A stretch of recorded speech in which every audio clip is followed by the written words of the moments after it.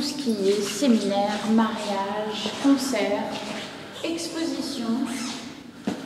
Mais mariage, les gens peuvent louer et faire des mariages ici, c'est ça? Oui, tout à fait.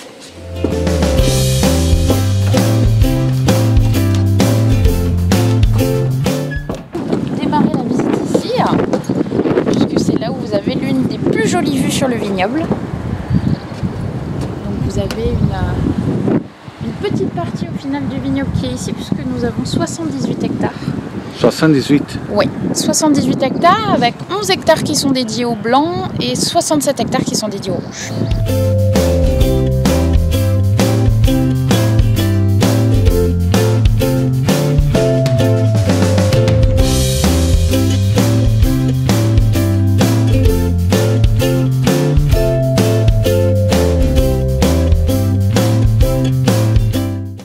Tout un tas de sculptures un petit peu partout. Oui. Et on a notamment celle-ci qui a une petite particularité. Donc ce que je vous propose, c'est de rester ici. Je vous laisse la regarder et vous allez voir, il va se passer quelque chose.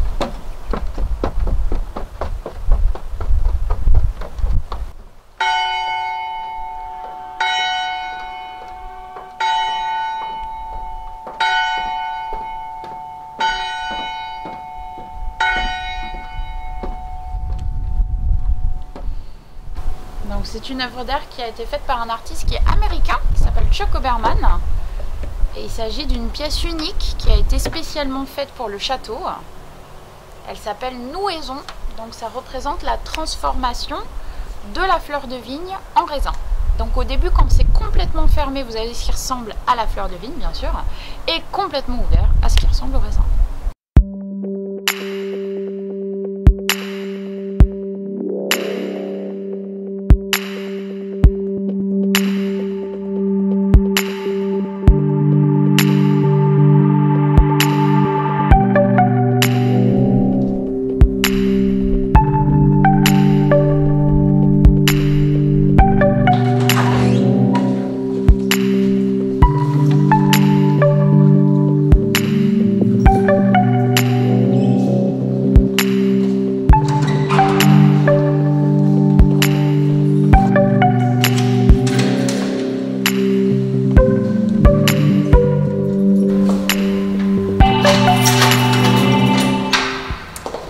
Et donc ici, nous arrivons dans le chai de blanc.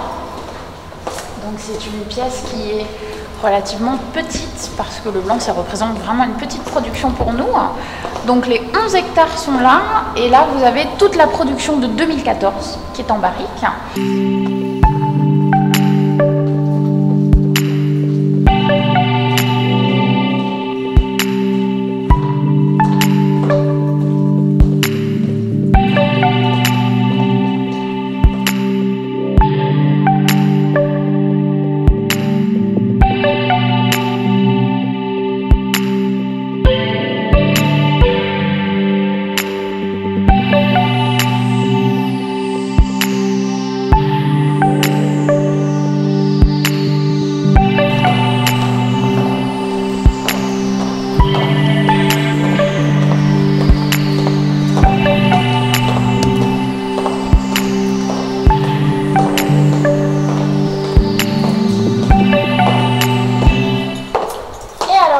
Donc tout d'abord, vous avez une vraie découpe du sol, donc pour vous montrer exactement la composition avec ce qu'on appelle très exactement ici des graves gahnsiennes.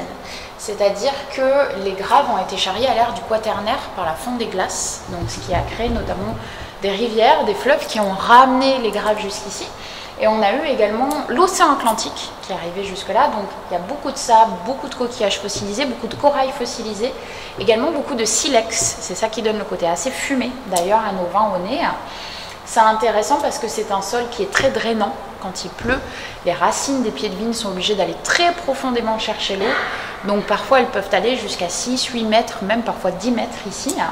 Et c'est un sol qui est assez riche en fer, comme on peut le voir donc en haut à droite où c'est assez orangé. Oui. Il y a une petite partie qui est tombée.